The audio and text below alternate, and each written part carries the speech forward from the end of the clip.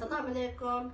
Dünyanın her qaysi yerinde yaşavatkan barlıq Şərq Türkistanlı qarindaşlarım, hammalar yaxşı tutduğunuz sizlərə Allah'ın güzel salamları bolsun.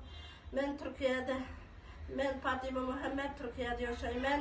2016 yılı 3. aydan ballarımni o'qitish sebebiyle Türkiye'ye çıktım.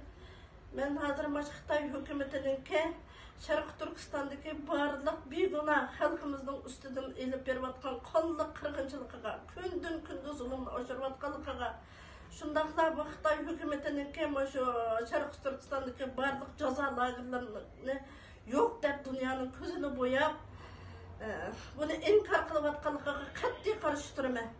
Shundaqla mana yo'ldoshim Abidjon Yusuf, onun akısı Savcı Yusuf'dan üstünden guvallık vermem.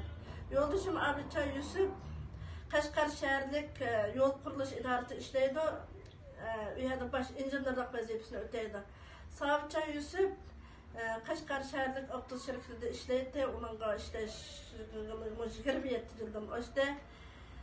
Menin şu Abidjon yoldaşım bilen alaqam 2017 yılı 2. aydan başlap alaqam üzülüp qaldı. Şu jarayonda men Ürümçilikka tuqqanlarni izlep ulardan bunun sebebini soruştu kılsam, şu terbiyeleş merkezine nemizki içir ketkenlikini, şu yerde turvatkanlıkını dedi. İnandaki şu 2017 7. ayda bizim burada tuqqanımızdan oğlu işkirdi bir mektepte okuyduken, şunun azırak uçak kılışı bilen yoldaşım şu Abidjon Yusuf'unki 10 yıllıktan artık kestik ketkenlikini. O kısının 11 yıllık kesilgenlik haberini anladım. Bu işte ben qattiq azaplandım, qattiq nefretim qo'zg'aldi. Bu yoldaşımı hiç qanday bir hükümetke karşı bir işler qatnashib bakma, hükümetke karşı hiç qanday jinoyat sodir qilmagan. O kısmı şunday tinch yaşagan.